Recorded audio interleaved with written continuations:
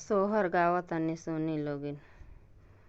कहवा में जनमिली राम त कहवा में कृष्ण जन्मे हो। ललना कहवा में जन्मे गणेश तीनों रे घरवा सोहर हो। ललना कहवा में जनमिल गणेश तीनों रे घरवा सोहर हो।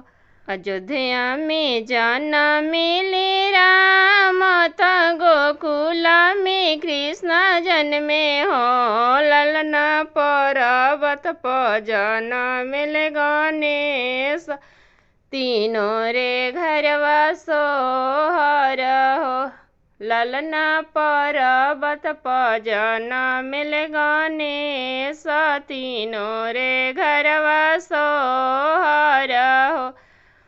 केकरा गोदिया जनमिली राम के कर गोदिया कृष्ण जन्मे हो। ललना केकरा गोदिया जन्मे गणेश तीनों रे घरवा सोहर हो। ललना केकरा गोदिया जनमिल गणेश तीनों रे घरवा सोहर हो। कौशल्या गोदी जनमिली राम तो देवकी गोदी कृष्ण जन्मे हो।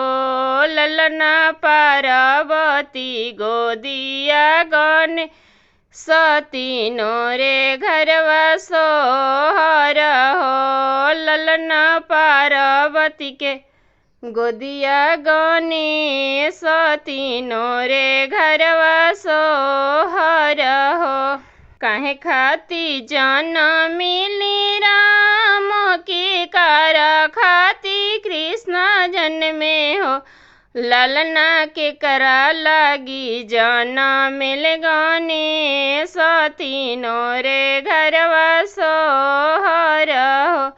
ललना केकरा गोदिया जनमिल गणेश तीनों रे घरवा सोहर हो।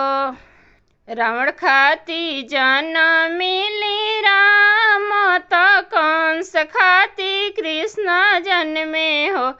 ललना राक्षस लागी जनमिल गणेश तीनों रे घरवा सोहर हो।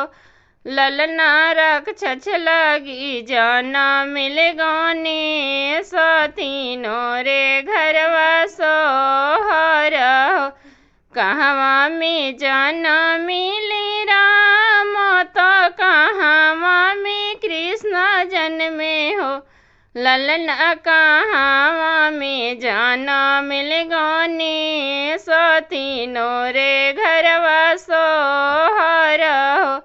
ललना कहवा में जनमिल गणेश तीनों रे घरवा सोहर हो। अगर हमार गीत अच्छा लगे तो लाइक कमेंट जरूर और उसके बाद से सब्सक्राइब कर देव लोग।